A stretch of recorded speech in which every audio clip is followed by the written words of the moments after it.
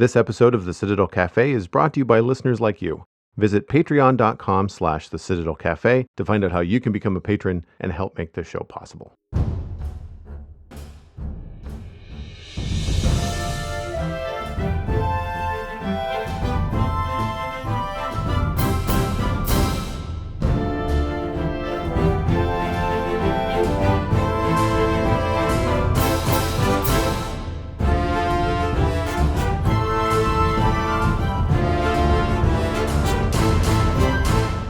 This is the Citadel Cafe, episode number 476 for Wednesday, January 24th, 2024. My name is Joel Duggan, and the Citadel Cafe is where my friends and I hang out to talk about the geeky stuff that we are into.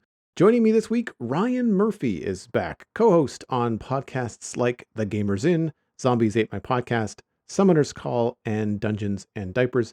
You can find Ryan at rmurphy on Twitter. The last time Ryan was on the show, it was the Citadel Cafe episode 449. Halo Chronicles. Welcome back, my friend. Thank you. Thank you for having me. I'm excited to be back to talk about video games. If we had pushed this like a couple weeks, we could have called this the Halo Chronicles 2 because we would have had season 2 of Halo to discuss. It's supposed to be better, they say, but I think they're paid to say that. They being the people who made the show. It's kind of their job, right? And I actually have the Paramount Plus subscription that is needed to watch that.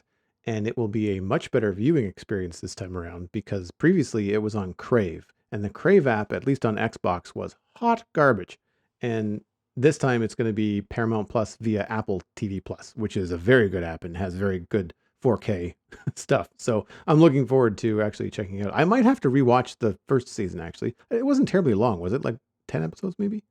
I think it was 10 1-hour episodes. It's a pretty quick watch. I kind of didn't mind the first season, although it did have its issues. Just watching the trailer for the second season really shows that I think they're trying to adhere closer to the novels and the games and stuff with the Fall of Reach. So we'll see how that pans out. We'll see. We'll see. I mean, honestly, I like the first season, but it had its issues, and I think they acknowledge some of those story beats not really working as well. So, yeah, I'm pretty stoked. And you're right. Like, I think the Paramount Plus app is, or through the Apple Plus channels, however it works these days. There's so many different ways to watch things, but I do like the Apple TV channels. That works really well for sure. It has gone the way of traditional cable where they have all these add-on channels. Like you can add the same channels depending on what streaming service you're with. Like if you are with Apple TV Plus and that's where you spend most of your time, you can add things like I think Star and Paramount Plus. There's a bunch of other things that you can add. And then you can also do that on Prime if you prefer Prime as your location for where you do most of your stuff. Like say you're an Amazon household with like Echoes and different things, then you can do that. And it gets really confusing depending on how the UI is set up. I will say that Apple TV Plus, at least on Xbox, recently did a redesign of their app. And it's a lot clearer now where the extra channels are. Before, they used to look like the same title card as the shows. And they would have like art from a new show. But in teeny tiny print, it would be just like, this is the Paramount Plus channel. And this is the other channel. And it would be really hard to differentiate between what's a show you want to watch and where is it within Apple TV Plus. And I think part of the issue with that is the thing that they try to do with Apple TV Plus on the Apple TV hardware is that they try to say, well, you can just go in here and it doesn't matter that you subscribe to Netflix elsewhere. You can just stay within our ecosystem and watch it there. And that's not the case, obviously, when you're on something like an Xbox. You have to launch Netflix separately, as you would with any other smart TV, like a Roku and all that. So I've found it a bit confusing. I've also been kind of trying to dumb down my streaming services. And ultimately, look, I only get rid of one. I thought I was going to be able to get rid of more, but I'm keeping Prime because of the shipping. I ditched Disney Plus for now. And I currently have Netflix because Avatar: The Last Airbender live action is coming out in a month. And what's the other thing that I have now? Well, Apple TV Plus. But Apple TV Plus is one of those things where I've got the Apple One group thing. So it's like, includes my parents and my sister and my dad, and then I've also got my own music and storage. Like, so it's all in under one kind of like umbrella, which is cheaper than doing it all separately. So that's why I'm keeping that. I'm on the fence about Paramount Plus. Every time I think about canceling it, I realize, oh, there's a really cool show I should probably watch coming out, like Halo. So I appreciate the reminder for that. I haven't seen the trailer though, so I'm looking forward to checking that out after the show. I find that while I enjoy not having cable TV, because if I'm over at somebody's house and it's like traditional television with like commercials, it's like nails on a chalkboard. Yeah. But I miss a lot of the ads. Like I don't see trailers for things nearly as often as I used to. Yeah, so it's funny, I had this conversation with my kids the other day. We were talking about channels because they asked me. I had that Mm-hmm. moment where they say, "What's a channel?" And, I had to stop. I laughed because we only have Netflix and Disney Plus and Amazon Prime, but they watch either Disney or Netflix, and they asked what a channel was, and they were like, "Oh, it's like at grandma's when they have," because my mom has satellite, Right. and they're like, because they were asking me if about TV, and I said I had a TV in my room when I was a kid, older than they are, just so they didn't ask for a TV because I had one when I was a kid. But I said I had a TV in my room, and they asked, "Well, what did you watch?" And I'm like, "Well, we only had like 4 channels or whatever." And he's like, "Oh, like grandma's." It's like, well, no, it was different. Like you had to like change the channel. There was no guide, there was no, like, menu, didn't tell you what was on the TV, you just had to click through the 4 channels. It's like, "Well, how'd you do that?" It's like, "Well, you used a knob on the TV because it was a really old TV." Yep. And it just went places. I didn't even look, I just stopped myself from explaining what a VHS was because, it would have been too much, but I guess they see a lot of commercials at school because they Mm-hmm. use YouTube at school a Right. lot, and yeah, like, they would tell me, like I would say, like, "Where did you even hear about this toy?" or whatever they asked for Christmas. So, I saw it in an ad," and I'm like, "What ad?" Like, you watch YouTube Kids at home, limited, so there's no ads there. You have Netflix, Disney Plus. We don't have TV, so where do you see ads? It's like, oh, we see it at school when we watch, you know, when they have like YouTube shows or whatever that they use for their lessons. So I was like, that's interesting. A little, I don't want to say disturbing, but a little like, hmm, makes you what? I would want to ask the school why they don't spring for the $14 a month for ad free, and why they're not using YouTube Kids, because then there wouldn't be any ads at all. Yeah, I think some of the teachers play for YouTube Premium. I guess because it depends. Oh, it's Like like their own personal account. it Okay. would have to come out of their personal, they would have to pay for themselves. I highly doubt Wow. that the school board would pay for it. Like, it's probably one of those nice to haves, and I would imagine that's how that works. Like, because sometimes they'll watch movies in class, and it's like the teacher's personal Oh, Netflix or that's a dangerous app to open up. Like, because the ads that you get on YouTube are like, what are you watching on YouTube? oh, In your well, own it's all time, kid stuff, so right? it's like toys and stuff, but But I mean, like in I your own time, like true. it's like that kind of stuff is sketchy. That's the other thing. That's where I used to get the supplemental trailer information. Not that I would necessarily watch the ad because I would normally skip it, but I would make a mental note. Oh crap, there's a new Star Wars thing out. I should go look for that trailer on YouTube. But because I play for YouTube Premium, I don't get the ads. I don't know for sure. I know like my kids are probably telling the truth and that they're seeing ads at school, but like I wonder how they have it set up and Hmm. because they would like they know what Just Dance is, which is like a Ubisoft dancing video game, but they didn't know it was a video game. To them, they just figured it was a YouTube thing where but Right. it was really just them for exercise, the teachers would put on this Just Dance video and the whole class would get up and dance. So they just thought it was a YouTube show. I was like, "No, I said it's a video game. You can get it for Christmas if you want." So, it's interesting. I mean, it changes all the time and of course, why wouldn't you use, YouTube as a tool if, you know, saves you probably a lot of hassle. So, I get it for sure, 100%. Um, maybe they're not seeing as many ads as they're saying. They make it sound like their school is like ad funded through YouTube, but I think they probably just see a couple of ads and it sticks with them, right? Yeah. But Well, especially if it's an yeah, alien experience, right? If you're so used to no ads on Netflix and no ads on YouTube at home, when it happens at school, it would be like what is that? Like that would stick in yeah, your head. That would stick in your head, I would think. oh yeah, yeah. Exactly. Like, my kids, like, if they see something that would be alien to them, they'll, in terms of like an advertisement or even like I subscribed. So Lego has these like Lego magazines you can subscribe to, like for kids for free. Right on. So I had that as a kid. So I was like, oh man, I want to get this for the kids, and I subscribed, and they didn't understand what was happening. It's like this magazine that they could read that had stuff for them for kids, because to them, like, magazines and books were always like, adult stuff, So yeah, they I make it sound like my kids live a sheltered life, but you know, this is just stuff that they discover over the years, and you realize, like, oh yeah, I guess we don't really have magazines in the house, but now we have Lego magazines, which is nice. Well, I think a lot of that has to do with just the delivery of media in general is just all digital now. Yeah.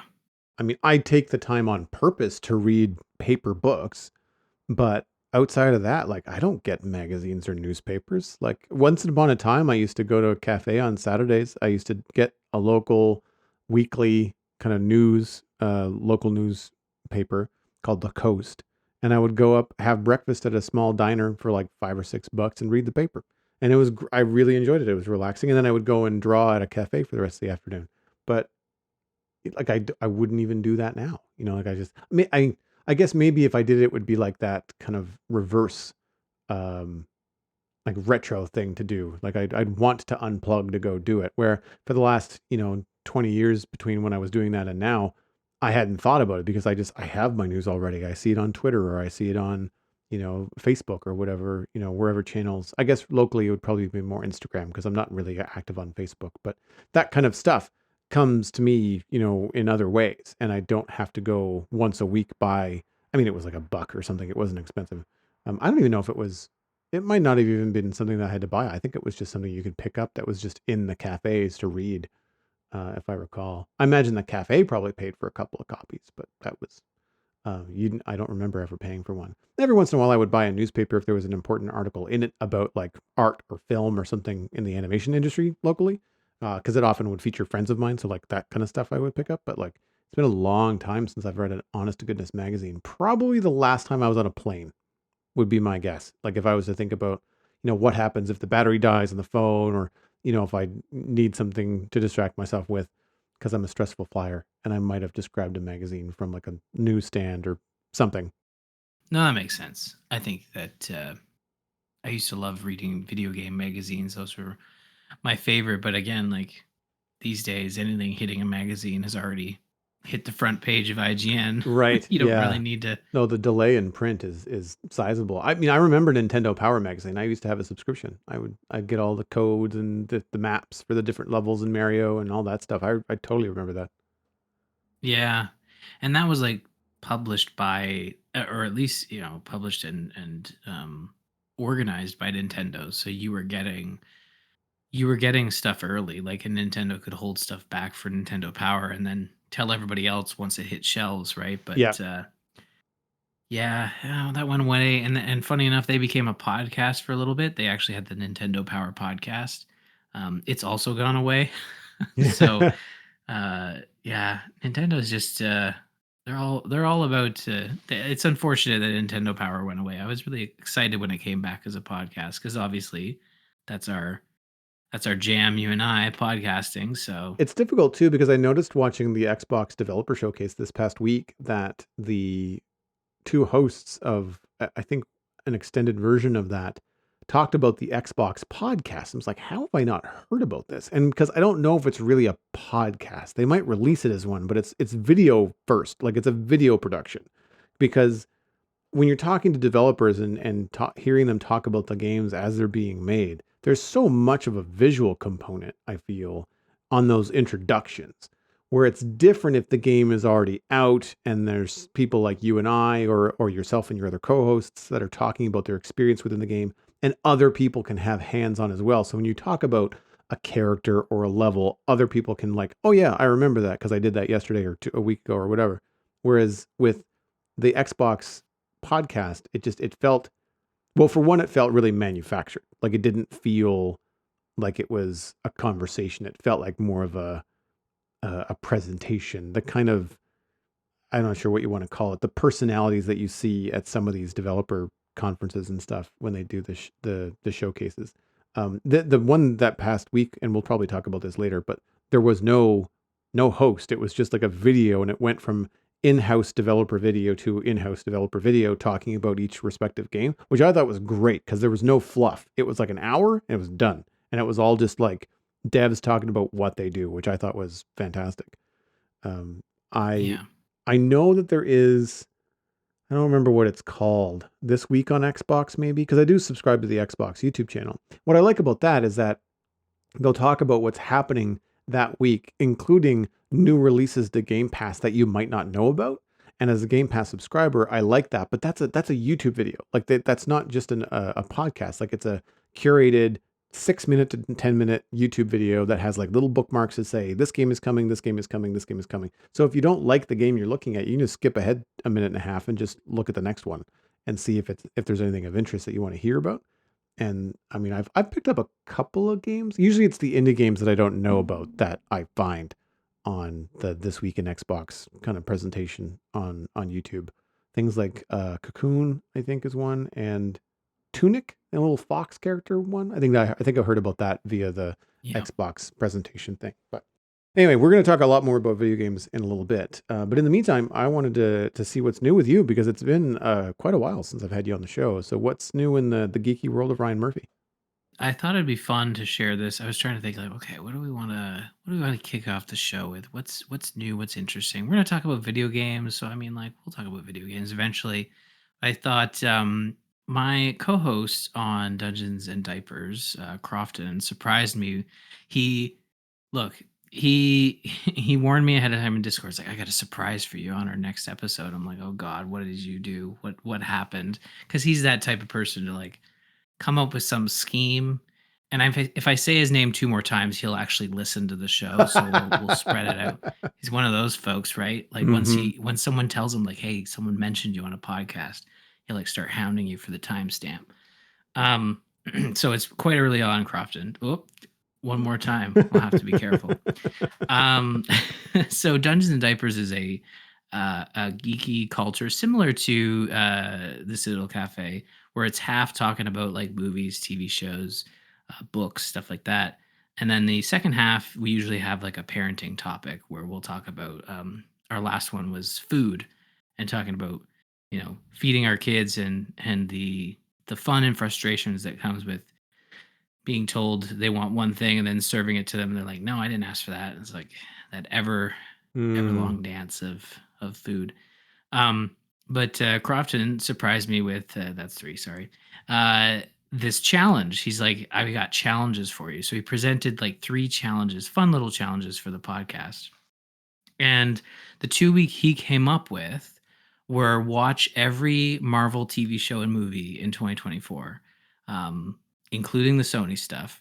So these challenges are meant to be like fun, a little bit above and beyond what you would normally do. So for me, I watch all the Marvel stuff, but I don't watch the Sony stuff. So like it's kind of like a you got this, but also a twist to the knife a little bit. So Mm-hmm. so so that's one. And then the second one, and the listeners get to choose. We put a poll up. The second one was play a Betrayal at Krondor, which is a 90s PC game that I had never heard of before until he had told me about it.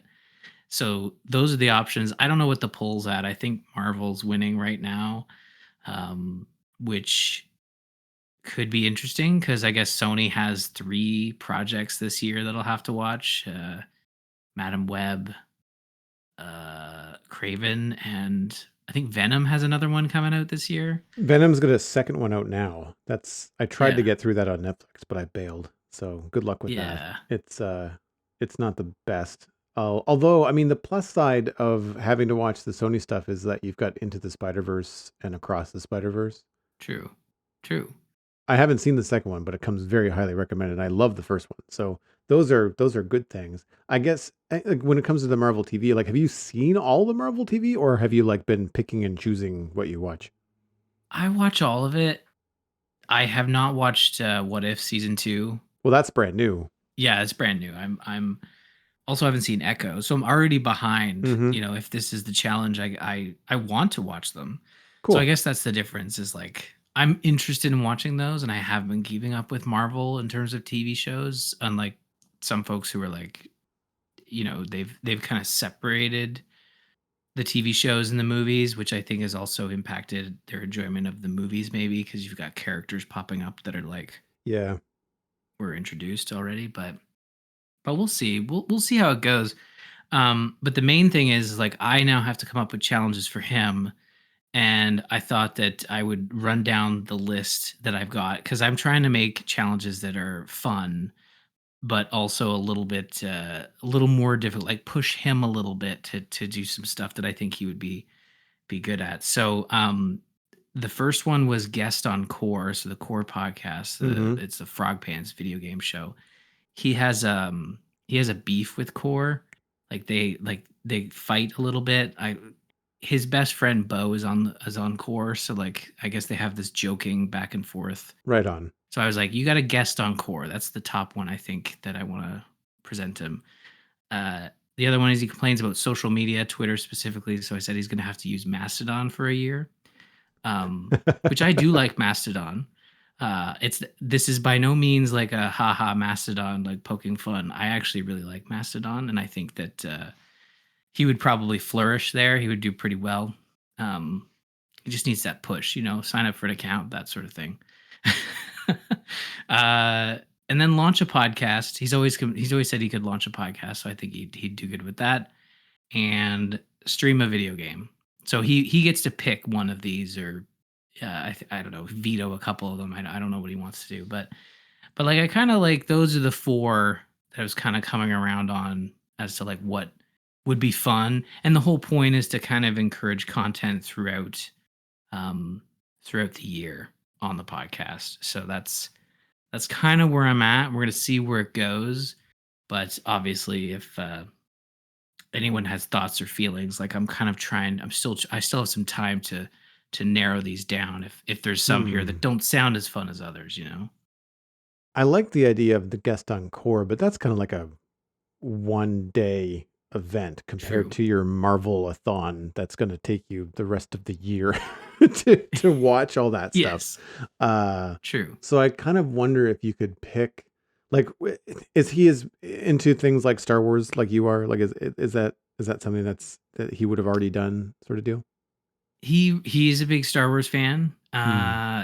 He's particularly ahead of, well, actually, I don't know if he's watched all the Star Wars stuff. Like I Because there's a think lot he when you start to think about yeah. Clone Wars and Rebels and the new Jedi series that's on Disney Plus. Like there's a bunch of stuff that could, especially, and to talk about those pain points.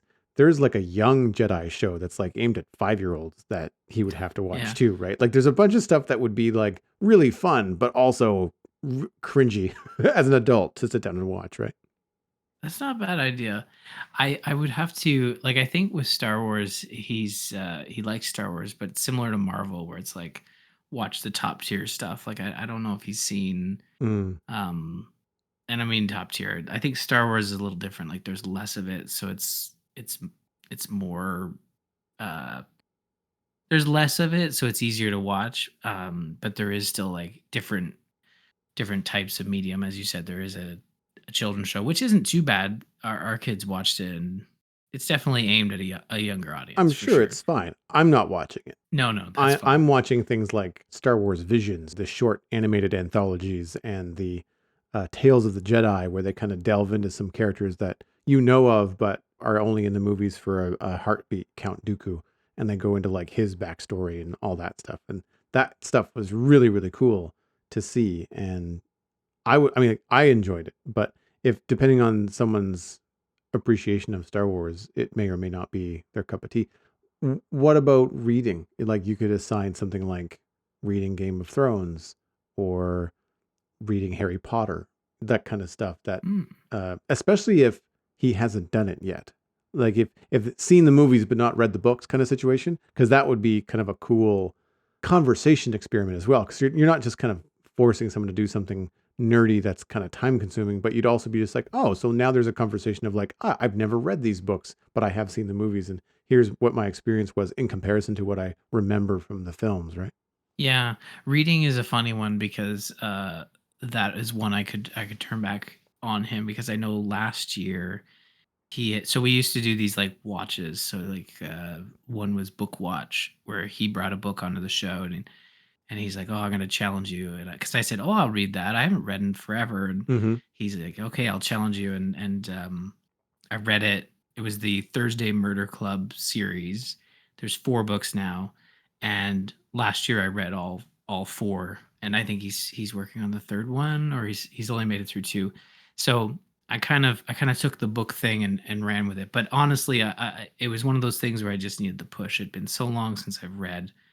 I missed it dearly and kind of rediscovered the local library here and the idea of just like with a library card and a bit of patience, I can hold the book online. Like I think right now I'm reading a book. It's called Kaiju Preservation Society. So I get recommendations from the gamers in Discord, and I'll like go into my library account. I'll put the book on hold. Sometimes there's a waiting period, and I'll just wait. Like I Nice. think I waited 2 months for the 4th Thursday Murder Club book since it was brand new, and then it took time for the library to get it, and it took time for people to finish reading it. So um, I really, I've really enjoyed that experience, like going to the library. And every time I go to the library, like the person I like to go to the person who will check me out because they'll often have like more suggestions based on Yeah. every time I go to check out my books, they're like, "Oh yeah, this is a really good one, but have you heard of this one? It's similar, and it's got this twist to it," or not like telling me the twist ending, but like the differences and changes and stuff. So I've really enjoyed that, and I think reading would be a good one because I think that that would be a fun one. And you're right, like to have something that could sort of have that. Continuous effect. I think the funny part about Core is that I mean, you and I both know Scott. He's got like his structure for the show. He very rarely has guests. It would almost be like a very big challenge for him to try to guest on that show because they don't Right. have guests on that show. Yeah. It's almost it might be a giveaway for the veto of like he might just veto that one by default because he knows he might not be able to do it.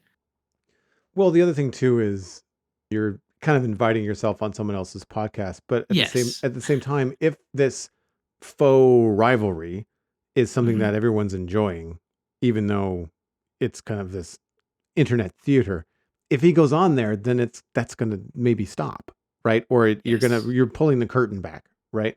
Whereas, I mean, the really fun thing to do would be to pretend that he was going to be a guest on the show, and then for him to like cancel at the last minute or stand them up and create this drama. Screw you guys, haha, gotcha. I'm never going to be on your stupid show. I don't know. I really like That's all the funny. guys on Core. So like I'm just teasing, but yeah, like something like that could be worth it for the drama. And you never know, like that kind of cross pollination can sometimes get clicks, and people on the internet, especially Twitter, like a They good do. drama fest, right? And if it's manufactured, like you can't buy marketing like that. No, it's interesting because this beef, it's very much like if I don't watch wrestling, but I know what you mean. a good portion of the core podcast and Crofton as well watch wrestling or into wrestling. And I don't even remember. I think it started as like Bo would use examples of his real world experiences with Crofton, and then I would clip those out and then play them on Dungeons and Diapers to get Crofton's reaction. And that's kind of how it started. And then Crofton like recorded, he was like really upset about something. I said, "You should record a voicemail and send it in to Core and have them play it." And then they did, and it ended up being like this 20-minute segment on this 3-minute clip that he had sent in, which was this big wrestling sort of rant that he did. You can picture it like you may not even, I'm not even into wrestling, but I know of like those, those hallway rants that would happen in wrestling shows where it's like, "I'm going to get you, I'm going to wrestle you, and and I'm gonna win Saturday. Yeah, bad example, but you get the idea. So I think, and I never really thought about it. It's like, yeah, the challenge is basically like inviting yourself onto someone else's podcast. That's not, you know, that might not be the greatest thing, but um, it's all in good fun, and they know of it. I think it would be funny too for him to try. But you're right. Like it would be pretty hilarious for them to build it up. Like next week we're gonna have so and so on the podcast. It's gonna be great. We're gonna bury this beef, and then last minute he cancels, and then just keeps on going. So we'll see. Like I think I like the idea of reading books. I had thought of torturing him with him watching like all the 2024 Walking Dead stuff because Oh my gosh. uh, there's only 3 projects this year. Only 3. Um, only 3, 6 episodes each season, so it's only about 18 episodes. Um, the unfair part of that is like he would be very lost because they're both 2 or second seasons, and 1 is the Rick and Michonne series. So that one probably wouldn't be as confusing, but why is Daryl Dixon in Paris might be his first question with the second season of Daryl Dixon. So um yeah, just a bit of fun for the podcast. So we'll see. I like your point of Star Wars content. I think like what do we have this year? We have the Acolyte. Bad Batch season 3, which is the final season, Oh, or 4. interesting. 3 or 4. What the new season is coming soon, and it's the last one. Oh, There is Skeleton Crew with Jude Law, right. and The Mandalorian and Grogu is filming, but that's not coming out this year. I don't know of anything else that's coming out this year. I think the Bad Batch is the next series, but normally it's like 2 series, and they've been trying to get these new film productions out. But Yeah. I think a lot of that has been delayed because of the writer's strike and the actor strike. So like, there's what would have been a full docket is now been spaced out quite a bit, right? Yeah, so a couple of Star Wars projects. And I do like the idea of like looking at okay, like what do I have to do this year and trying to balance it cuz uh I feel like the guest encore he could probably cheese that and get it done in a month, Oh, and be like, "Ha, easily. he's Yeah, yeah, sick." yeah. Yeah. Yeah, yeah. Well, there's also Star Wars books too, right? Like there's True. novels that have been coming out. There's like an Ahsoka novel. There's 2 Thrawn novels. Oh, really? They're not coming out this year. Those are out now. And I haven't read them, but I know of them. And Huh. there's other stuff coming. I don't know whether Andor season 2 comes out in 2024 or whether that's later. I think, you know what? I think Steven mentioned it on the holiday roundtable. I think that Andor season 2 is coming out this year. I admittedly have not been paying that much attention because where it's streaming and it's stuff that's owned by Disney and Lucasfilm, I'm not worried about missing the window. I will hear about it when it's close to time to watch it, and I will be watching stuff like that when it comes out. But I, because of the nature of it being on streaming and not being released in theaters, like I don't really, I'm not keeping tabs on it. I'm not counting down the days. I have lots of other things to watch in the meantime too. So that's the other thing. I think Disney Plus is one of those where I think Andor is coming out this year, and probably similar window August timeframe. So that one I will add Star Wars content and maybe like give them bonus points for reading a book. I think that I think they I don't know. I'm so out of the loop when it comes to the extended sort of universe stuff for Star Wars and when it comes to books, but they had like a project that was closer to the Acolyte. It was the High Republic or something series they were launching. I don't know. I'm so out of loop on that stuff, but yeah, it'll be interesting. It'll be a lot of fun too, and the listeners try to get involved as well, and they've been sending me ideas too. And um, I think the main thing is like I want to balance like torturing him, but also like having fun. So like you got to have that like balancing act, right? Mm-hmm. So we'll see. Quick Google search, and we had just about everything. It was the Skeleton Crew Acolyte TV series, The Bad Batch season 3, Tales of the Jedi. Another season of Tales of the Jedi is coming. Andor season 2 is 2025, possibly 2024, and then Star Wars Ahsoka is in development as of right now. So that's the list of what's coming for Star Wars, which is that's still a lot. Like all of them are series. Nothing's a movie. So that's a decent amount of content, right?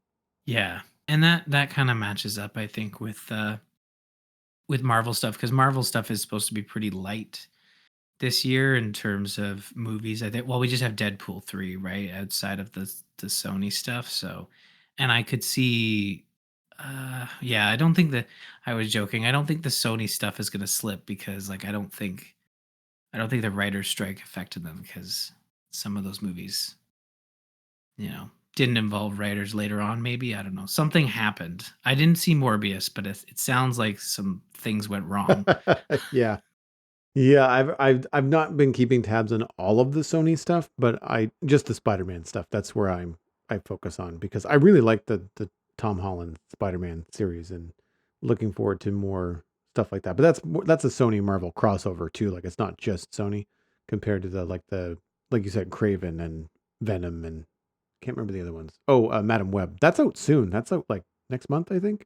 Yeah, I think it's Valentine's Day or around there, like I think you're mid-February. right. I think I remember a Valentine's Day release date on that. Yeah, they're trying to. I was reading somewhere that I guess Madam Web was supposed to have, like, Sony.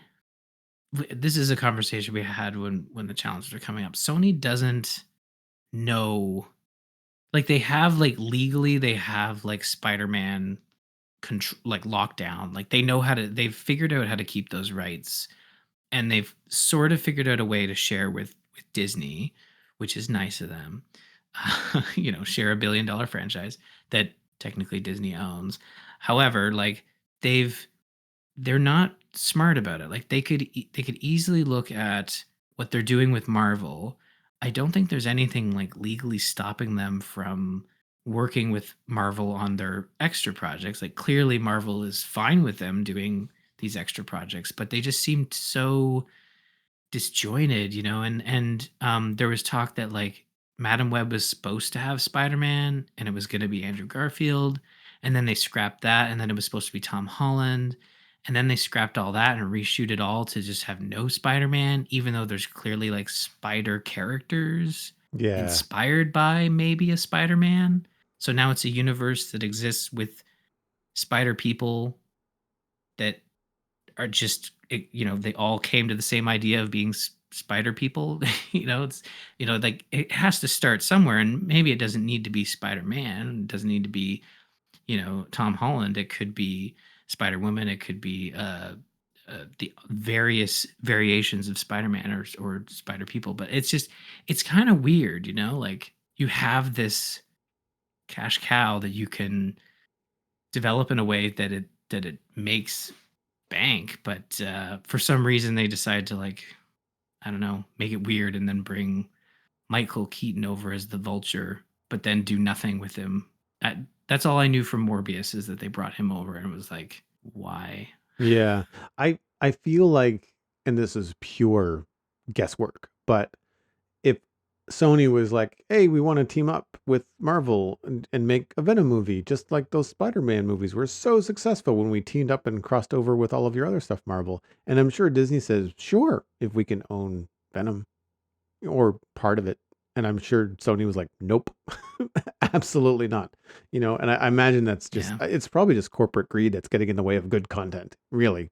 I think so. It's probably also patience as well. Like, I don't Hmm. get the sense that Sony's willing to wait. Now the DC hurry up and get it done yesterday problem. Yeah.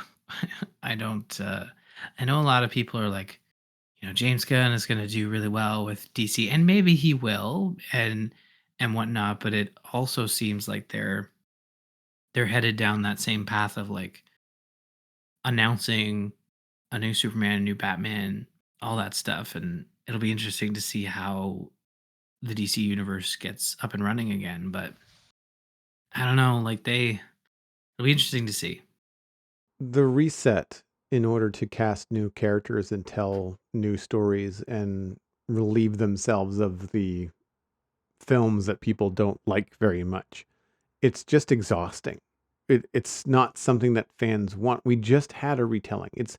It's why when Marvel brought Spider-Man into the MCU, they didn't do an origin story because it's been done recently enough with Andrew Garfield's Amazing Spider-Man, and even recently enough with the Spider-Man films from Raimi and Toby Tobey Maguire. Maguire.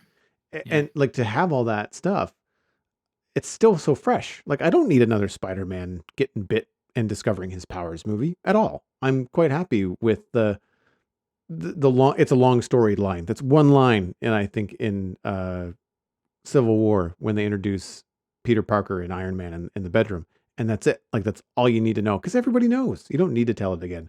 It's just like everybody knows that Superman is from Krypton, and they know all that stuff. And I don't need the world discovering Superman or the introduction to our Superman again. Like I really feel that DC, while I don't want them to just play in the bed that they're living in because those movies really don't get it, the Batman v Superman and the Justice League films, but to rush in and reset it again so soon, like they would have way more weight if DC just said, you know what, those did not do what we expected, and we're just gonna wait 5 years.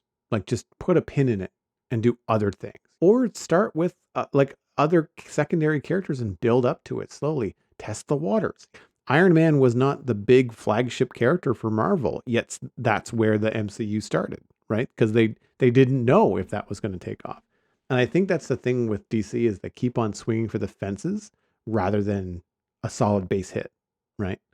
And Yeah. it's unfortunate because some of my favorite characters like Superman, Batman, some of the villains, Clayface, Joker, are really deep, and they could potentially have a lot of story to tell in ways that you don't get with these astronomically huge villains like Thanos in the MCU.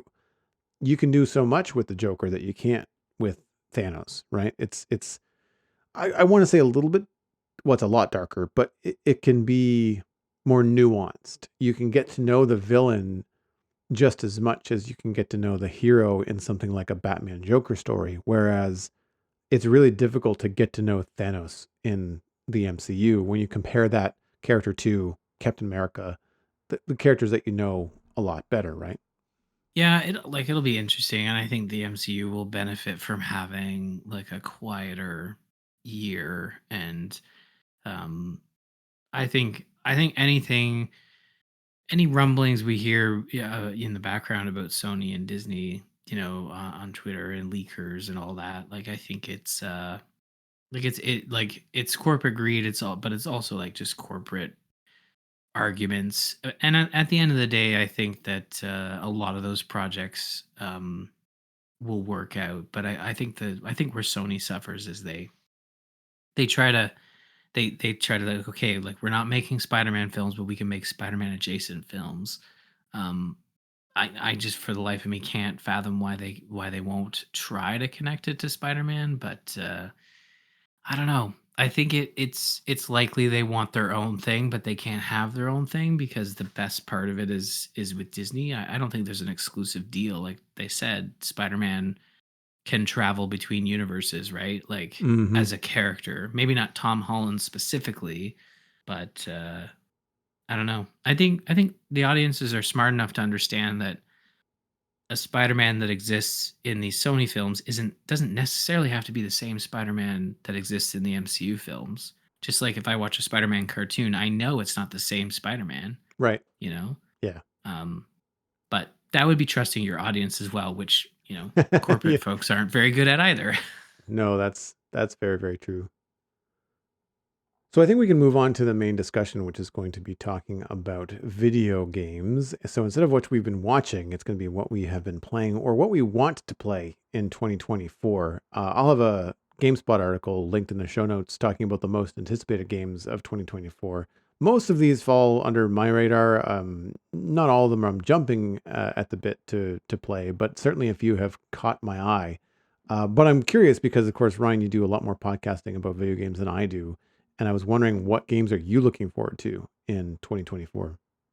I think this is Xbox's year to sort of have their time in the limelight, in the spotlight. Um, Xbox has been working really hard behind the scenes through acquisitions and just like patient developing of games. And this is going to be the year where they're going to have not one, not two, but multiple big releases across the years, similar to how Nintendo has sort of set up their pipeline.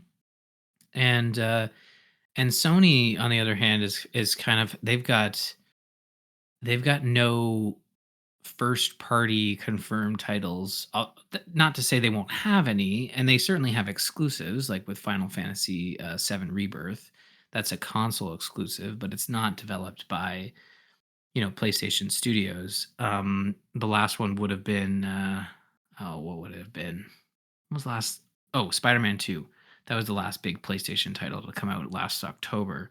So Sony doesn't have anything in the books. Nintendo doesn't have anything in the books past March.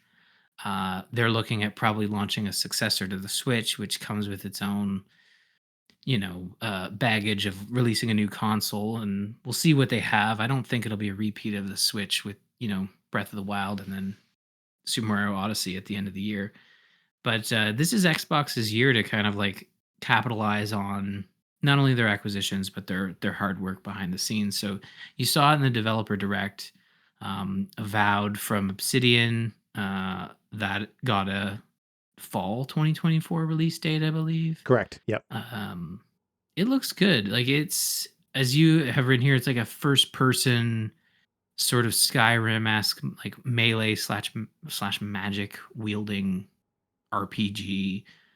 Um, it there was something about the gameplay though. I needed to go back and watch the trailer, but there's something that felt off to me about it. You're not wrong. I watched the extended developer interview. That was where I got that Xbox podcast bit from. There's like an extra Right. 20-minute video on the Xbox YouTube channel specifically about Avowed with the game director, and I want to say the gameplay director. I can't remember his title, but um, they go in depth and they talk about it. They talk about what's happening on screen. And you're right. When I was watching the B-roll footage, the extra footage that they were showing of these interactions, it really felt odd, like the player would slash at this reptile bad guy with a sword and blood would spurt, but the blood would kind of appear from nowhere. Like it didn't come out of the bad guy. It just kind of like splashes across the screen. It felt very much like arcade video games in like the late 90s. It didn't at all feel uh, solid. And I find that those games, it's hard to tell with just video because you've also got like the vibration of the controller. You've also got the sound effects when you're at home, and you don't get that when you're watching it on a YouTube video. Like it just doesn't, the sound effects are there, but it's not nearly as robust as it may be. I've always had a bit of an issue with melee first person games. I find third person much better for that kind of stuff. Basically, I think that it's the animation of the character. So if you take something like, I'll use Assassin's Creed Valhalla as an example, because you're third person, even though you are pretty close to your character, when you take a really big swing with an axe, there's a long windup. Like you have to time it, and you can see your character haul back and then bring that axe down on the bad guy. And when you hit them, it feels substantial. But when you're watching from a first person point of view, where you basically just have your mitts in front of you, it's just like these little thwacks. Like it looks like you're high-fiving someone with a sword. It doesn't really have the uh I guess movement required. And in part, I'm sure that that's because it would also make some players seasick if there was a lot of movement with a first person camera where you had to show the head moving or showing the character moving around to communicate that movement. It might not translate very well from a gameplay perspective. But yeah, I don't know. I'm curious about it because it's one of those first fantasy RPGs that I've seen in a little while that isn't just gray and red or gray and Yeah. blue. I'm Remnant is is a good one that I had an example of in my head. What's the one that's really difficult? Not Souls. Elden Ring. Elden Ring. Thank you. Very pretty, like well rendered and really detailed, but like very monotone. There's golds and there's some metals, but it's all still very bleak. At the end is nigh, that kind of stuff.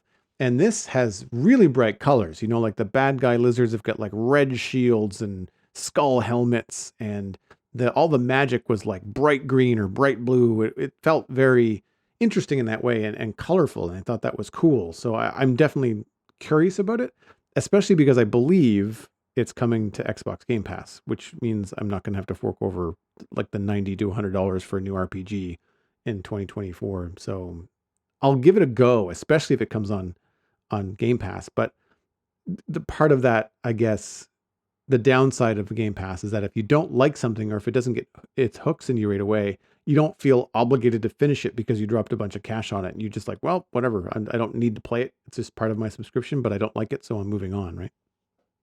Game Pass is it's one of those subscriptions, like it's a great subscription. I love it. But it has changed the way I play some Xbox titles, Yep. and Starfield is a good example where I Agree. previous to Game Pass probably would have bought it day one since it's Bethesda, but because I played it on Game Pass and it didn't quite, latch on for me, so I dropped it, and I'm fine with that. Um but it was because of Game Pass that I was able to sort of do that. So, Avowed looks, as you said, like very bright, very colorful, which is awesome. I love the style of like the Elder Scrolls Skyrim style of gameplay where it's first person and you're talking to people and you're engaging with them and you have, decisions you can make. Having played Baldur's Gate 3, haven't finished it, but played a good chunk of it. Um, that experience of like having these conversations and making choices and having your choices interact with the world is really cool to see. So, and I like Obsidian. I think Obsidian has made some really solid games, and Avowed is kind of like a continuation of their Pillars of Eternity series, which is another sort of speaking of Baldur's Gate, it's like an isometric top-down sort of RPG. So I think this is a big one. It's there is some weirdness to it, and I think you're right. It's just the animation style. I had also heard that it could just be the way they tried to present the gameplay a little bit to make it look less chaotic. Like it feels very much like the meme of old fighting movies, like old action films where it's like, the bad guys take turns fighting the good guy. Like there might be 20 bad guys, but they still fight one on one. It really felt like they might have boiled down the combat a little bit for those short snippets. I didn't watch the extended one, so maybe I'm wrong, but I just got the sense that it was very curated. This being their first true gameplay overview. So that one, I'm willing to wait and see what they showcase in June during their sort of Summer Games Fest look, because that will probably be our best look of that game before it launches in the fall. Um, I'm curious though, like Indiana Jones and the Great Circle, which is a game that is being done by Machine Games, and it's also going to be on Game Pass because they are owned. They're part of Bethesda and therefore Microsoft. Uh, it looks really interesting. It looks really good. I love Machine Games. They worked on the recent Wolfenstein sort of reimaginings, and but there's something about it also, like, it's funny, like, we're at this age where video games look and feel great, but sometimes, there's a bit of uncanny valley, or there's just some stuff that sticks out, and this is all pre-release footage, so, like, some of this stuff might be ironed out in development, and they gotta show it eventually, so they gotta show us something, but, um, I think it might just be, like, the likeness of Harrison Ford and Troy Baker doing his best young Harrison Ford. And there's that disconnect in my brain. I know Harrison Ford wasn't going to come back and do the voice and have them like de-age his voice through AI. Like I do not want that. I think this is the right path forward with having a voice actor give us their best Harrison Ford. But there are moments in that trailer where it's like it really sticks and it sounds like young Harrison Ford. Then there are other moments in the trailer where it kind of feels like it's Joel from The Last of Us. So I don't know. I don't know how. What did you think about that one in terms of, because I know you have animation background, and when they try to do these realistic looking video games, I imagine sometimes that can be a bit jarring. uh, when it comes to like lip sync and actors' portrayals of characters and such. I find it can be good and bad to have my background in that I have high expectations and I have not been playing games my entire adult life. I'm kind of back into it after getting the Xbox Series X during the first lockdown of COVID in Canada. So I feel like I had higher expectations. I don't know whether those expectations were set by watching animated movies or special effects in films and thinking that video games had caught up a lot more than they had. But I'm learning, I think, that a lot of it has to do with that these consoles comes out, but they don't necessarily have any games yet that can take advantage of the full hardware, within them. And I think we're only now starting to see some games that the Xbox Series X offers that take advantage of this kind of stuff.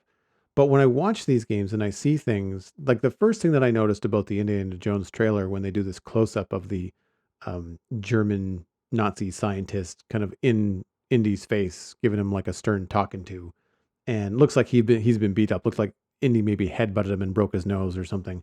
But he's trying to be this stern, evil villain that's threatening Indy, and he's shaking the whole time. Like the animation rig for him is not still. Like they're not holding it. And I think one of the biggest problems I have with animation in video games is idle characters that kind of constantly move. Like they kind of shift their weight from foot to foot, or they're kind of like sitting up and then they're sitting down and they're sitting up and they're sitting down. And it's this constant movement. There's no pause. Whereas if you're standing around at a party and you're talking with a couple of friends, chances are the people listening aren't moving at all. They might be drinking something and they might be, grabbing a snack, but they're not kind of constantly bobbing around. It's certainly not as much as what happens in video games. And it depends. I find that I forgive it a little bit when it's like in-game engine background characters. Like you're walking down the road in Red Dead Redemption and there's supposed to be a guy chopping wood. And then he stops and he kind of wipes his brow and then goes back to chopping wood. And if you stand there long enough, you watch the animation loop go through about 6 or 8 times because you're not supposed to sit there and watch it. You're supposed to walk by and never look again, right? But Yeah. in cutscenes, that's where I go, how did you not handcraft this? This is supposed to be an in-game movie. Yes, you're using an in-game engine character because it probably saves you time and money and energy and everything else. But at the very least, get an animator in there and craft the movement so that Indy stops moving when he stops talking. I think that's the main thing I notice is that you'll have a character that will say something and maybe their lips will stop moving, but then they'll like gesture with their hand as if they're still talking.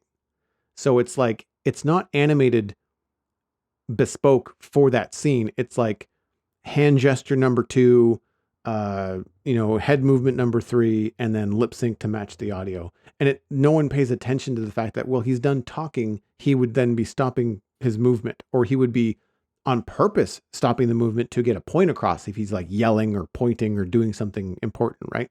And so, yeah, Yeah. when I looked at the Indiana Jones trailer, the gameplay looks kind of fun. I didn't play the Uncharted games, but I know they're really popular and I've heard people comparing it to those. And I like a good puzzle platformer, 3D kind of situation. Again, I'm not big on melee first person, so like punching somebody instead and shooting them with a first person is not the best. Using a whip first person, I'd much rather have like an Assassin's Creed type game, Indiana Jones, than like a first person game. I feel like they're going back and Yeah. forth. I think they said in the trailer that they're going to be, some of it's going to be first person and some of it like traversal and puzzle solving is going to be a lot easier if you're in third person because you get to kind of look around yourself and see the whole ruin or archaeological dig or wherever you are. But yeah, I'm not a fan of how it looks. And I think you're right in that they just haven't nailed the movement for Indiana Jones. And I think part of the challenge, of course, there is that this isn't a brand new character. If this was, insert adventurer here, and it was just meant to be an Indiana Jones like kind of game, and they weren't trying to emulate an actor we already know, a character we already know that's been done very well in live action, then I think there would be less of an issue. It's like the I haven't played it, but I've seen a little bit of trailer footage and gameplay footage of the new Avatar game. And no one is looking at those and saying like, well, they move kind of weird because the whole Avatar film was animated. They all move a little bit weird, right? There all already is that uncanny valley in Avatar in that universe because of how their proportions are weird. They got tails. They're like cat people, and this is when you start doing stuff really close to home, it starts to get harder to do successfully. I'm kind of surprised that to save on some money and possibly give more creative freedom, that there hasn't been more games in, say, something like a Star Wars property that are in the style of some of the animation.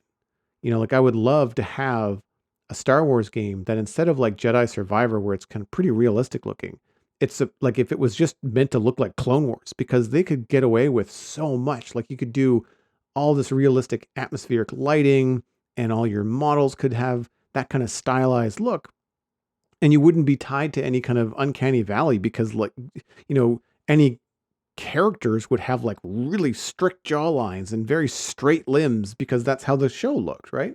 And people would want that. They would want it to emulate the show if that was the artistic mission was like, hey, we're making a Clone Wars video game and it's meant to look just like the show.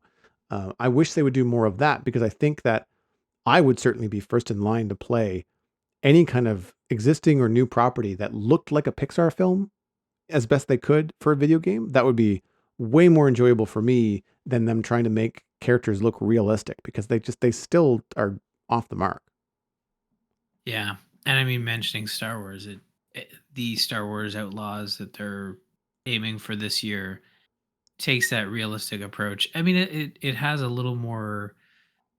I think it's a little more colorful and not cartoony, but like less grounded than I think Jedi Survivor was, and Fallen Order.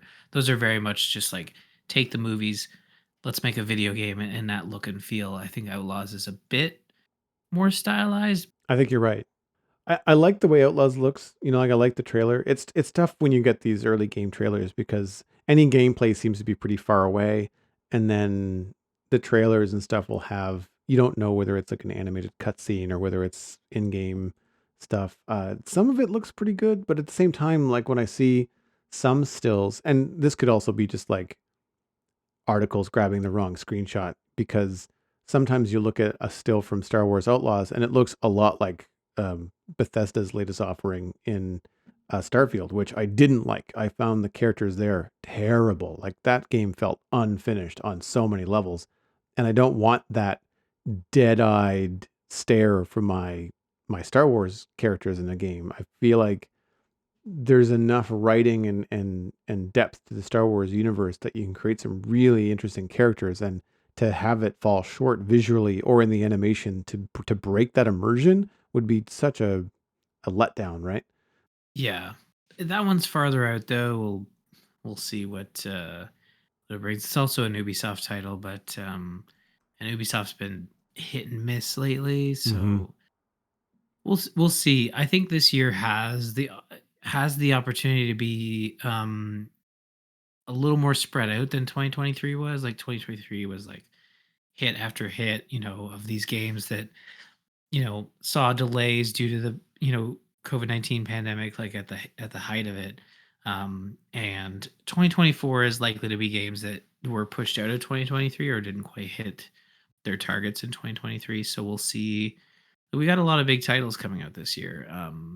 Another one is Fable. Although Fable was not in the developer direct, it was sort of it was omitted. I mean, there was a lot of stuff to talk about and a lot of stuff to be unveiled for the first time. And obviously, we saw Fable last year, but I could see Fable slipping into next year. Although they have promised, it was part of last year's E3 presentation, which was like these games are coming out in the next 12 to 16 months. Um, but I really like Fable. Like I'm a big Fable. I love Fable as a franchise, and to bring back the franchise with you know the star of the IT crowd. I don't know the actor's name, but man, that trailer is so good. Although it's hard to spot the gameplay in it, that's the only thing that has me a little worried. Although they do say it's all in game, but Yeah, I need to see gameplay for it, but they got the humor right. That's the main thing. Like if you can nail the humor of Fable, I think that's part of the charm of that franchise. The other part is the gameplay. So we'll see. They've got the one part down, the humor. As long as you're into that style of humor, like British sort of humor with fart jokes and burping and all that fun stuff. I find it can be pretty dry. I thought the trailer was pretty Yeah. dry, and despite not being familiar with the franchise, I've heard of it, and I've certainly seen the older games scroll by on Game Pass, but I don't know anything about it, so I've never actually looked into it. But I did find the trailer quite enjoyable and dry. Like that's my kind of sense of humor. So Yes. it's again something I would probably look at if it has enough positive reviews from people that I trust, right? Yeah, and it'll be on Game Pass as well. Like all the first party Xbox stuff is coming to Game Pass, and I think Microsoft has and Xbox has sort of said like it's going to be tough for them to disconnect that idea that all first party titles come to Game Pass day 1.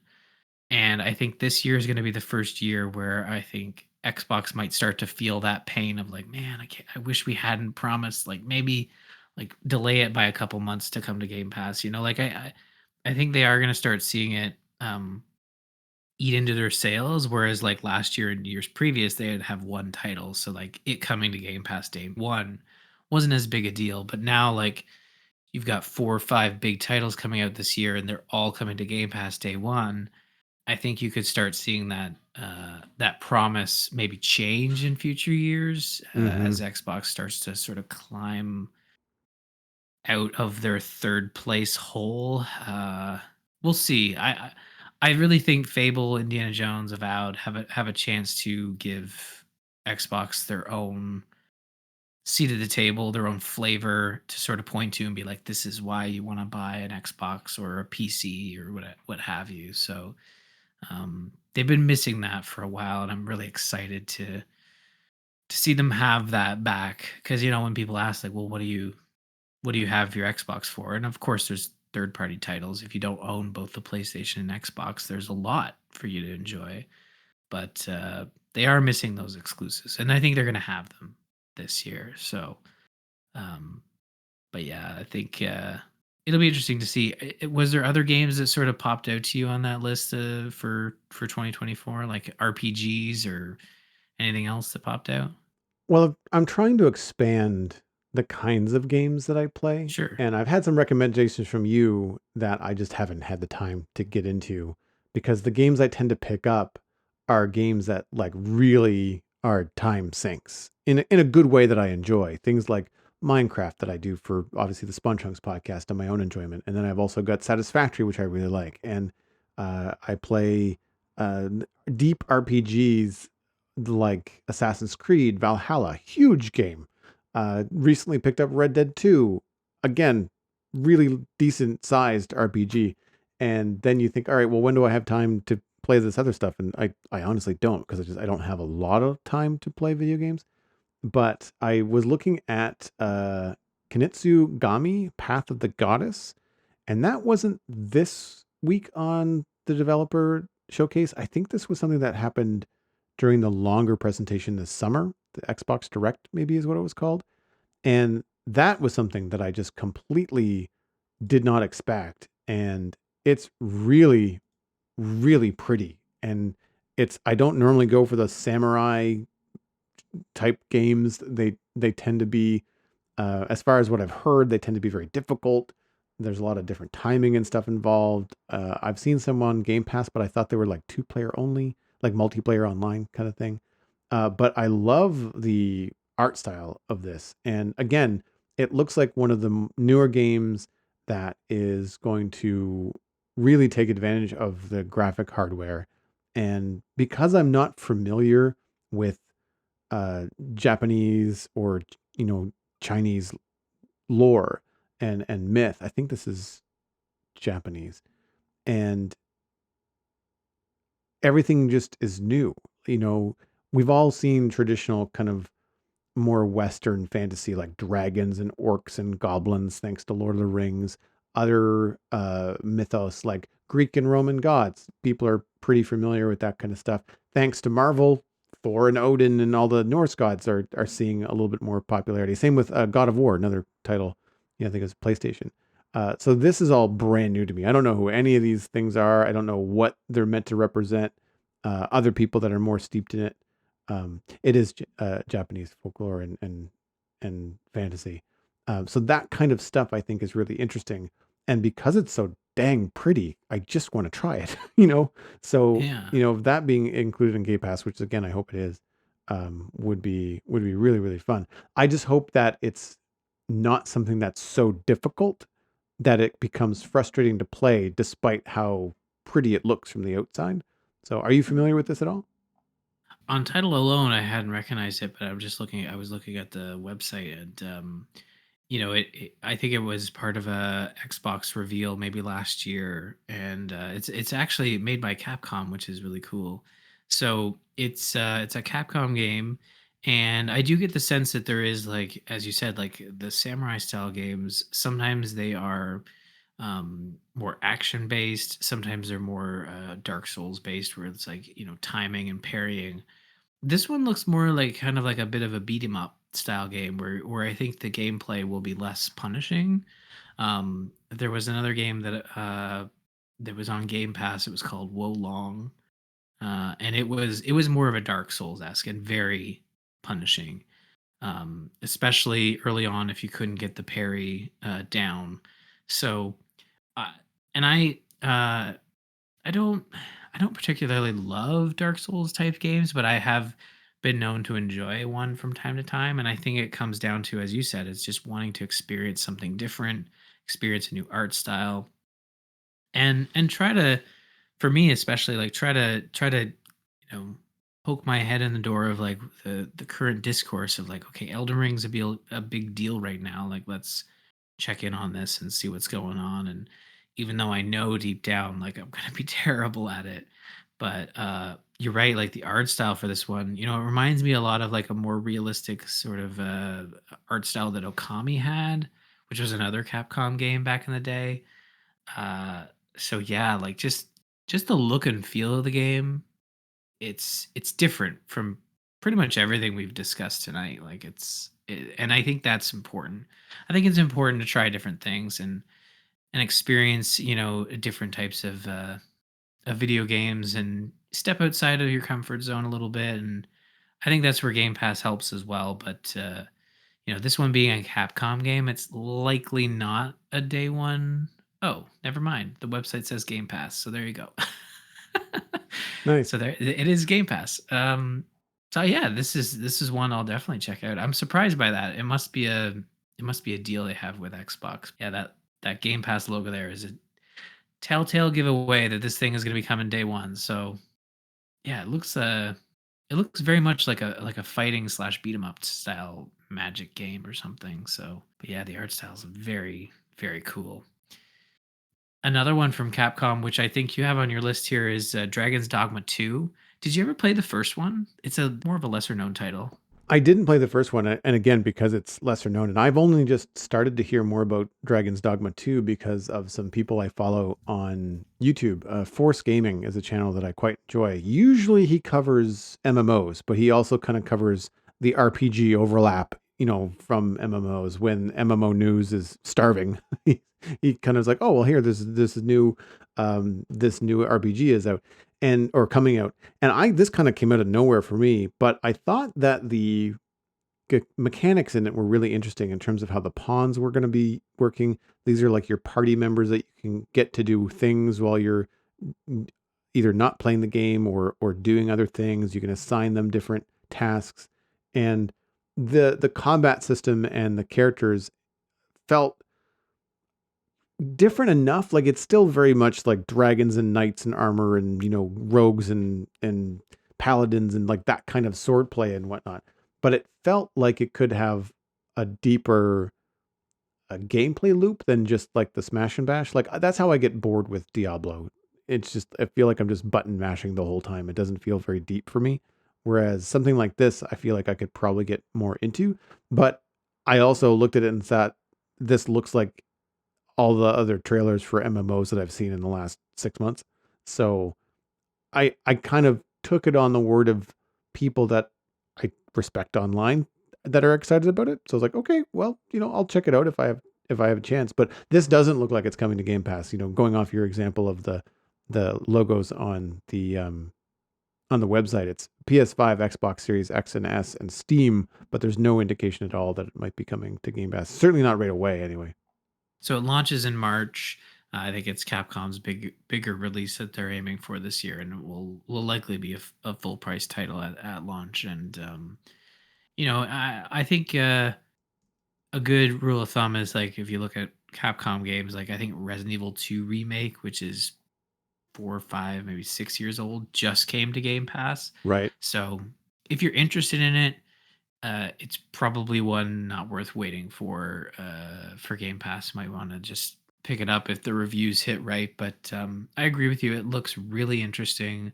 It's got its own unique mechanics, but they have their own take on sort of the general fantasy style, and some of the designs of the monsters and stuff look really really interesting. So and it's one of those games you can completely customize your character. So it's been a while since we've. I mean, we get these games all the time, but I think it's this one has its own unique spin on it. So it'll be interesting. Um, and then there's a like we're very early into 2024. Obviously, there's a lot of titles that don't have dates, just have the year attached to them. um, I'm really looking forward to Frostpunk 2, which is supposed to be coming out in this first half of the year. PC only, but also day one PC Game Pass. They announced that recently. And it is a sort of city builder, but filled with, you know, I joke, but like filled with these depressing choices of like how to survive this like post apocalyptic. Although now in the sequel, your city on in a world that's been plunged into this everlasting winter. It's 30 years after the sort of, I guess, canon ending of the first game, where you survive the winter and you build a city that is self-sustaining. You're now left with this, well, basically surviving long term, and having to make some tough choices to keep everybody happy and stuff. So if you watch the trailer, it's like this is very stressful. Why would anyone want to play this? I think there's just like Dark Souls, there is this enjoyment, I guess, in some of the, you know, just progressing through the game, even though there's like, terrible stuff that's happening and you're having to make these really tough choices. It's like playing through The Last of Us. It's very hard to say like was it an enjoyable experience? Like it was, you got something out of it. The story, the triumph over like a difficult combat scenario. Like I think it's similar in Frostpunk 2, where it's like you're triumphing over adversity and just keeping everybody alive, and building a really cool city while you're at it too, right? Because it's all steampunk and whatnot. So I'm looking forward to that one. I was a big fan of the first one, and if you haven't played it, I think it is on Game Pass too, the Frostpunk 1. So it's worth checking out because it's really hard to explain. But if you watch the trailer, it's like, man, this is really depressing. Why would Ryan recommend this? But playing it is a whole different story. So I'm really looking forward to that one. But yeah, like it's gonna be a busy year, I think. I think it's gonna be busy video game wise, but I think it's gonna start off a little slower. We'll have a couple titles here and there before it gets really busy. I think the fall is gonna be very busy, but we don't know what that looks like yet, obviously. Do you have anything from Nintendo? Because that's the one thing that I don't really keep tabs on. Nintendo's a tough one. Like Nintendo has 4 or 5 remakes that they're releasing from like last November to like the summer. Out of all their titles that they've announced, there's one title that's brand new, which is Peach's Showtime, which is coming out in March. But one I'm really looking forward to is Paper Mario and the Thousand Year Door, which is a remake of a GameCube game. Um, as a huge Nintendo fan, there are some pretty glaring sort of omissions in my experiences over the years, and I think Paper Mario and the Thousand Year Door is one of those. It was like the last Paper Mario title that was like a true and traditional RPG with a story and characters and leveling up. And after that one, Paper Mario sort of turned into the, you know, Mario RPG with gimmicks. Like it was Right. always something that was like kind of holding it back from being like a true RPG, um, with all the trappings of like leveling up and equipping items and progressing through a world and stuff. But I'm looking forward to that remake. I think Nintendo is sort of in a holding pattern as they make us all wait for their announcement of a successor to the Switch. This is the year that we get the Switch 2 or whatever it ends up being. Um, I for one hope it's called the Super Nintendo Switch. I think that's the easy name God. sitting on the table. But Uh, Nintendo's never been one to like go with the easy. Like I think if I honestly think like I could see them not going with it. You know, all the rumors point to it being like a successor to the Switch, possibly backwards compatible because Nintendo has that trend of like, you know, every 2 years, like doing a clean break from the previous generations. And it's usually because of a format change, you know, where it's just too difficult to like include the technology to read a previous generation of cartridges or CDs or what have you.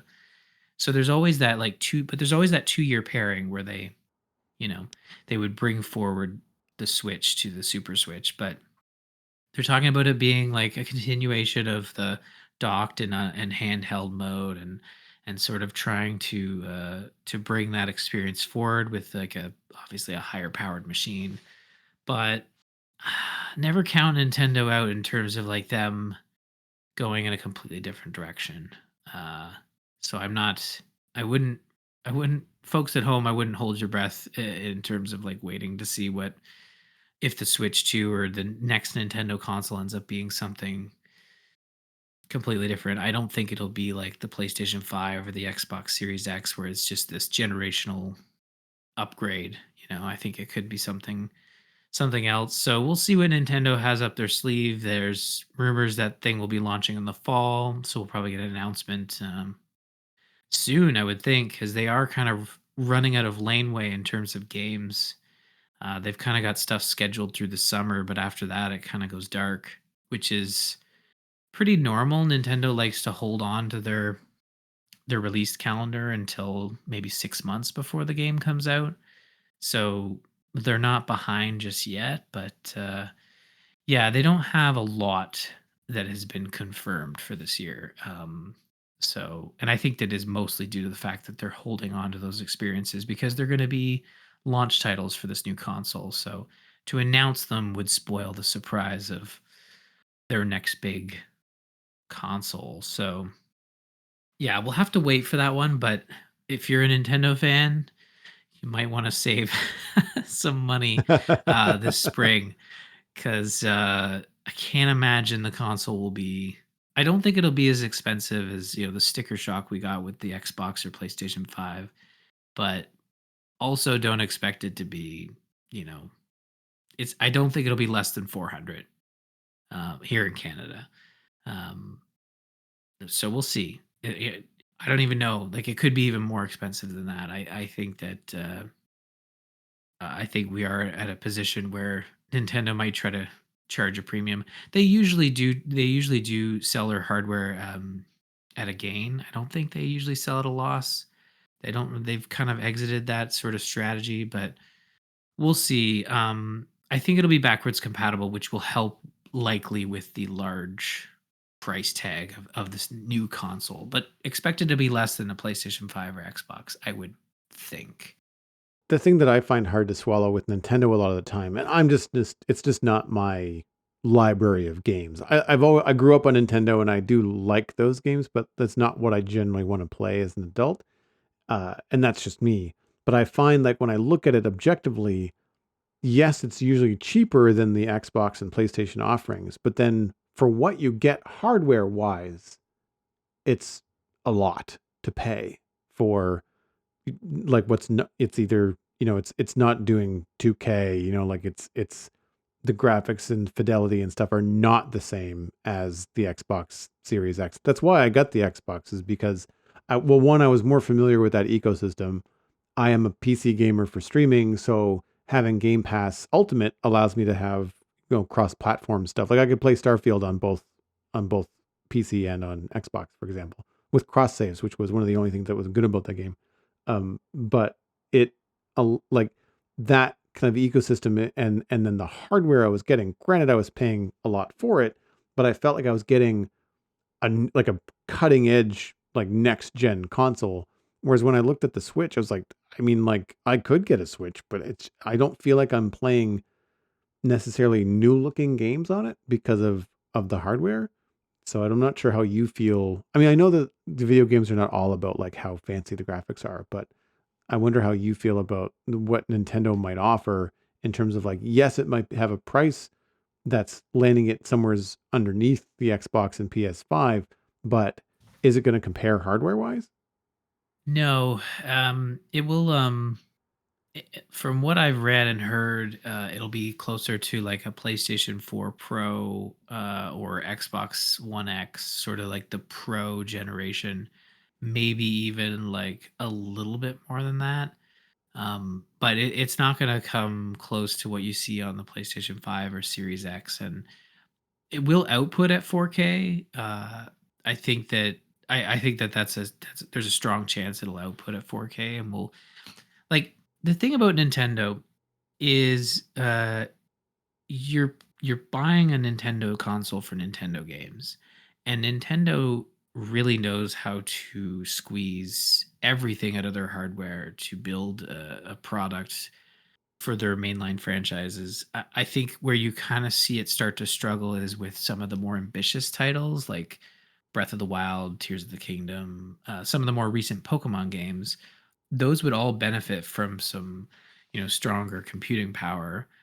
And I think what would give Nintendo a chance to truly see those visions come to light is to like, okay, this outputs at 4K. We're not going to worry about 4K. We're going to still have this game target 1080p. It's going to still look great on your 4K set, but there's going to be no slowdown. We're going to be able to build this huge, fantastic world and have you interact with it and have it look really nice. But most Nintendo titles are like they don't have that realistic approach we talked about with building a more Clone Wars esque Right. Star Wars game.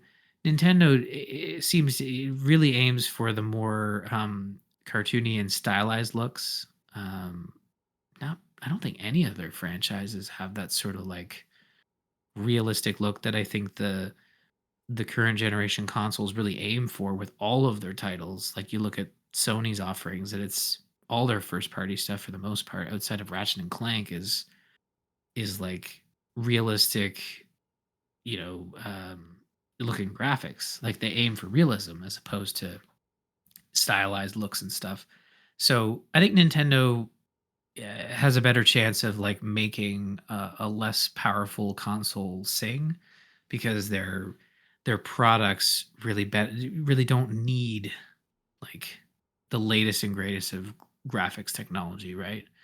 But that's not for everyone. I love Nintendo games. I recognize that they're not for everyone in terms of like character, story, difficulty, all that stuff. And if you're a big third party player of video games, like you like your EA, your Ubisoft, those types of products, you're not seeing those run the best on Nintendo hardware. You're still going to need an Xbox or a PlayStation or a PC to enjoy those experiences, right? Like the next Switch isn't going to suddenly see like Suicide Squad and Star Wars Outlaws suddenly come out. Like I don't think they're going to quite get to that level as much as people are hoping they will, but I think it'll just kind of come right under that, like just a bit, enough to get developers interested so that they don't have to like work on two different versions of a game. They can kind of just, you know, I say tweak the settings down a bit. I know that's not how game development works, but you know, tuning a game for a lower performance hardware is I think what they aimed for with the Switch, and it's sort of worked out for the most part. But um, yeah, we'll see. We'll see what happens. I honestly don't know. It's all rumors at this stage. Like Nintendo said nothing outside of like, "Hey, your Nintendo account's going to work on it. Look forward to it." They're pretty quiet. They're quiet until they're ready to talk about it, and they will wait until the absolute last minute because they know people will buy it. Right. They own their marketing. They don't worry about making sure people know about stuff ahead of time. They know it'll sell and it'll sell out and it'll be impossible to get one for like the first year if we're lucky. So hopefully Nintendo has something that can allow folks like myself and others who are really excited to be able to get one day one, but we'll see. I think they've gotten better at that, but I don't know.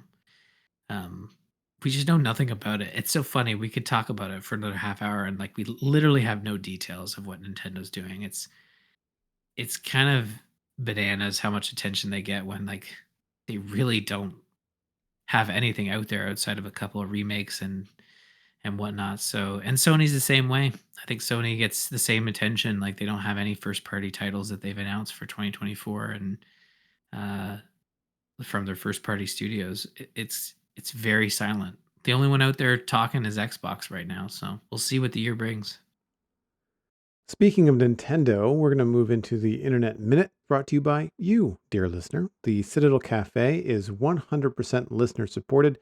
If you're getting value out of the show, please consider putting a little bit of value back in. You can become a member at patreon.com/the Citadel Cafe. Joining at any level will get you an invite to the member-only Discord server shared with my personal Discord and access to the Barista Cut bonus audio extended version of the podcast, as well as the live recording, which is happening right now with a live chat here in the Discord. Special thanks to our Bean Counter patrons, Cosmic and Smurf588. Thank you ever so much for the support on this episode. Patron count is 28. That's up from last episode if you're paying attention. There's always room for more. If you would like to join the ranks, check out patreon.com/the Citadel Cafe. My pick this week is the Lego Piranha Plant from Super Mario. It is set number 71426, retails for $80 Canadian, 540 pieces. It's 9 inches tall, 4.5 inches wide by 6.5 inches wide, which I believe is like the petals, the leaf arms of the plant go wider one direction than the other. And I have to say, this is really fun, surprisingly round for a Lego build. Has a really cartoony, true to the model look of the classic Piranha Plant baddie from Super Mario. And it looks like the whole thing is posable too. You can move the Piranha Plant in the pipe. You can pose the leaves. The head, which is full of very pointy teeth, opens and shuts. And there's like a little tongue inside. I was really impressed with the detail, considering that it's under 1,000 pieces and barely even stands, 10 inches tall. So I thought this was pretty cool. It was released in November, but it is on back order, and new versions of the Piranha Plant will ship within 60 days, according to Lego.ca. So have you seen this, Ryan? Have you been familiar with some of the Lego Super Mario offerings? Yeah, no, I'm very familiar with the sort of the more playable sets with the Super Mario Lego because my kids are very much into it, and myself. Look, I definitely use it as an excuse to be like, well, we should buy the Donkey Kong set and the Luigi's Mansion set so we can kind of like continue. I think right now we're at a stage where like we just moved the kids into their own rooms and kind of reshuffled everything in the house. And Caden has this like huge empty space. It actually looks like he moved out when you're walking up the hall and you see nothing in the room. And I'm like, we should get a bookshelf, and then he could set up all the Super Mario Lego. It's everybody's, but to have a space for it to be set up. And he's kind of excited by that idea. And I think that Nintendo and Lego have done a really great job at with their Super Mario sets, and they've been slower to sort of develop sets that are like traditional Lego of just like build it and put it on a shelf and be like, oh, that looks cool. And I think this one is one of their first more practical, like traditional Lego sets. And I'm looking at it and I'm like, this is cool, especially since it's like under $100. Like that's the surprising thing.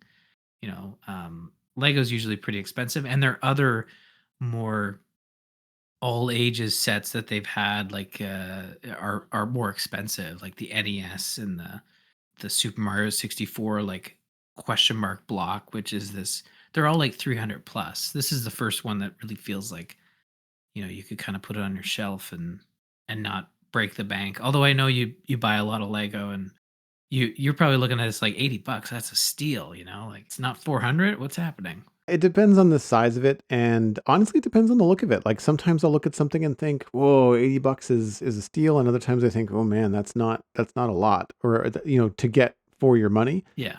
This, I think, is probably priced about right, but it's also I'm the target audience, right? Like, I'm the mid-40s, grew up playing Nintendo, like, love the Piranha Plant and all that. But I'm not, like, the biggest Nintendo fan where I'm gonna drop $350 on the Mighty Bowser, which is Yeah. another model that they have, which is also an impressive model. Like that is it's a large kit. It's got 2,800 pieces, right? And that is on par for $350. So you're going to be building that for quite some time. It's probably quite intricate, and there'd be more than just the model. When they're that big, when you get into the 3,000 piece range, then you're into like, what's the engineering behind this? Like, there's a real experience of putting this all together. And it looks like he's posable too, right? So that ends up, you're like building your own action figure at that point. I don't think Optimus Prime was 300 plus, but he was close to 300. It was 270, I think. And I remember thoroughly enjoying that, despite how much money, was spent on it. So there's a push and pull, like same thing with my latest X-Wing, but things like that, things that are in that 300 plus, like I save those for like Christmas or birthdays. Like I don't just buy it on a whim. Yeah. And I have to say a big thank you to the community because a lot of the Lego that I built last year was purchased and given to me as gifts from the community. Sometimes it was one person, sometimes it was a bunch of people that got together to send in a set. And so that helps with my Lego budget, which is of course like some of it was me, but others were gifts, which I really, really appreciate. And they're really fun to build live on camera as well. I'll definitely be keeping an eye out for more Lego Super Mario. I would be very curious to see, because of all the vehicles that Lego does, if they ever do any Mario Kart stuff. Oh, they'll get to it. Because that would be good shelf stuff. Because they wouldn't have to be Yeah. ginormous, right? Like they would be in that 500 to 700 piece range, probably 6 inches, 8 inches long, that kind of deal. Just enough that you can get Mhm. some detail into the characters that are sitting in the go karts.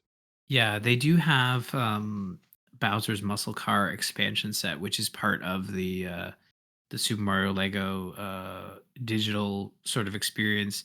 And it's based on, I think, Super Mario 3D World. There's like a Bowser battle where he's in his car and he's tossing bombs, and I think it could be a first sort of foray into their like Mario Kart style stuff. And Lego's been doing expanded partnerships with Nintendo. They have Animal Crossing coming later this year. There's rumors that they could do it like a legit Zelda set, although of course there's rumors that it's going to be the Great Deku Tree, which you'll probably have to spend $500 just to get the small little Link minifigure. Of course they go with the biggest thing, but they were either going to do that. I'm surprised they didn't go with Hyrule Castle. This is all rumors at this stage, but Hyrule Castle would also be a probably a $500 plus set. So, or 400, however much this stuff costs. Like, I try to make it sound super expensive so I don't go out and try to buy it, because I have nowhere to put this stuff, especially if the kids can't play with it. It'll be interesting to see what they end up doing. What's your pick this week? I struggle. Like, I don't have a lot of like little websites and stuff, but there's been trend over the last couple of years to have these like little online micro games that you play every day. And I've always struggled to find like one that really fits my taste and my knowledge base. And of course, I found one. It's called Guess the Game. It's available at Guess the dot game. And essentially, what it is kind of like they had a movie one, but you get 6 chances to guess the game, and it starts with screenshots. The first one's usually like a zoomed in, obscure screenshot of a game, and if you know the game, you might get it right away. But as you guess, like you type your guess in, and it auto completes. And as you guess, it gives you more clues, more visual clues, but also like clues of the game, like release year, platform. developer genre, that sort of thing, Metacritic score, and you get 6 chances, and it's very visual, and it's a quick daily thing. I do it every morning just to kinda, like, get my guesses in, and, um, yeah, it keeps track of all your scores. There's, like, streaks and all that fun stuff, like what you would expect from a sort of a daily game, but it's a lot of fun and a great way to discover new stuff, but, it's really cool. I really enjoy it, and like I said, it's a great way to discover new stuff. I'm surprised, like, I like to think I know a lot of I keep my ear to the ground in terms of video games, see what's new, what's coming out, and oftentimes there'll be a game that's like, "Oh, this came out last year, and I've never heard of it."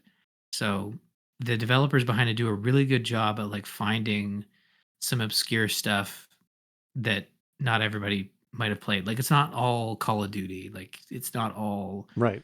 Legend of Zelda. It's cool.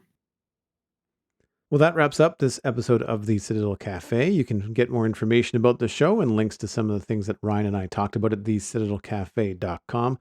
Music for the show was composed by Kevin MacLeod, and you can, of course, email the show at thecitadelcafe@gmail.com or just find the show by name on social media.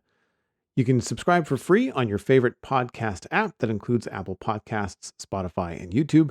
The RSS feed is linked on the citadelcafe.com, but word of mouth is the easiest way to support the show. Just tell a friend about the Citadel Cafe and where they can go to listen to it. My name is Joel Duggan. You can find everything that I'm doing online at joelduggan.com. That includes links to my other podcast about Minecraft at thespawnchunks.com. We recently interviewed Nemban on the show, a senior developer at Mojang working on Java Minecraft. It was a very, very cool discussion.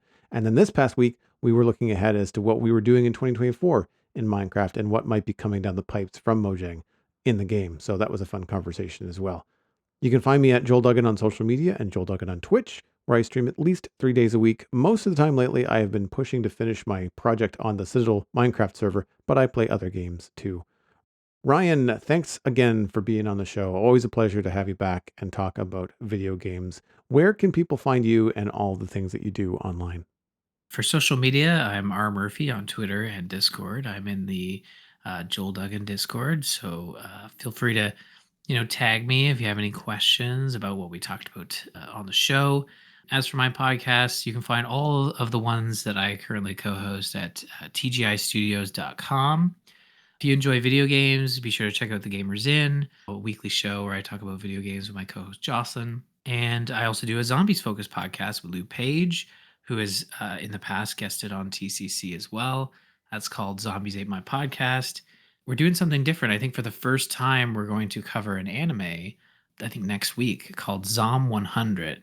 And I'm really glad when we are able to step outside the AMC sort of Walking Dead universe, because it always ends up having us experience something really cool. So Zom 100 it's a really interesting take on the zombie genre as an anime. It's really neat. And then finally, I do a geek culture and parenting podcast called Dungeons and Diapers.